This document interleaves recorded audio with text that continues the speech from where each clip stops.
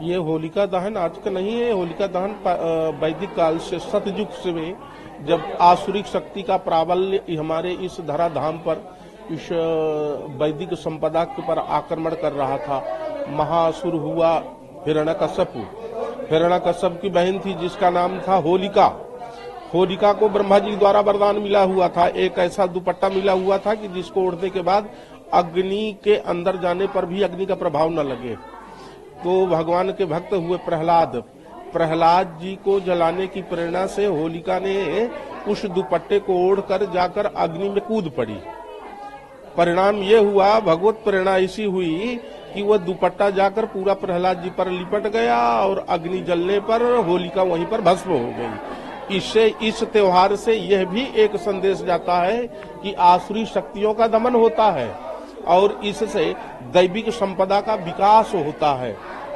आजकल बहुत सारे नेता लोग हिंदू शक्ति के दमन की बात करते हैं ना, तो हिंदू शक्ति का दमन करने वाले स्वयं उसी के साथ दमन हो जाते हैं, जैसे होलिका का दमन हुआ है। हमारे यहाँ वैदिक संपदा का उद्धार भगवान नरसिंह के द्वारा हुआ था और उन्हीं के द्वारा प्रहलाद जी की रक्षा हुई थी। इस त्योहार का सीधा संबंध हमारे आध्यात्मिक परंपरा से है। तो भाई अब जो आसुरी शक्ति वाले लोग होंगे वो विरोध तो करेंगे ही, क्योंकि होलिका का दहन हुआ है और जितने वैदिक संपदा वाले संपन्न लोग हैं वो इसका समर्थन करते हैं।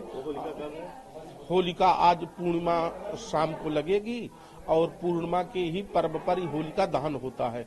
वो तभी से भी रंगोत्सव देखे होलिका दहन हुआ।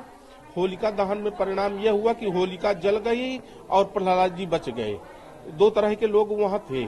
जो वैदिक संपदा से संपन्न लोग थे उनको इस बात की खुशी हुई हमारे प्रहलाद जी की भगवान ने रक्षा कर दिए। लोगों ने एक दूसरे के ऊपर अबीर गुलाब लगाने लगे, लोगों को प्रेम से गले लगने लगे, एक दूसरे का मुख मीठा करने लगे।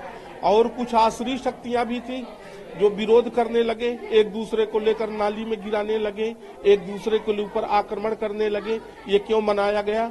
वही जो विरोध करने वाले हैं आसुरी शक्तियां ही है। वैदिक संपदा से संपन्न लोग तो इस उत्सव को बड़े ही धूमधाम के साथ गले मिलकर मंगल कामना के साथ संपन्न करते हैं। जी भारत।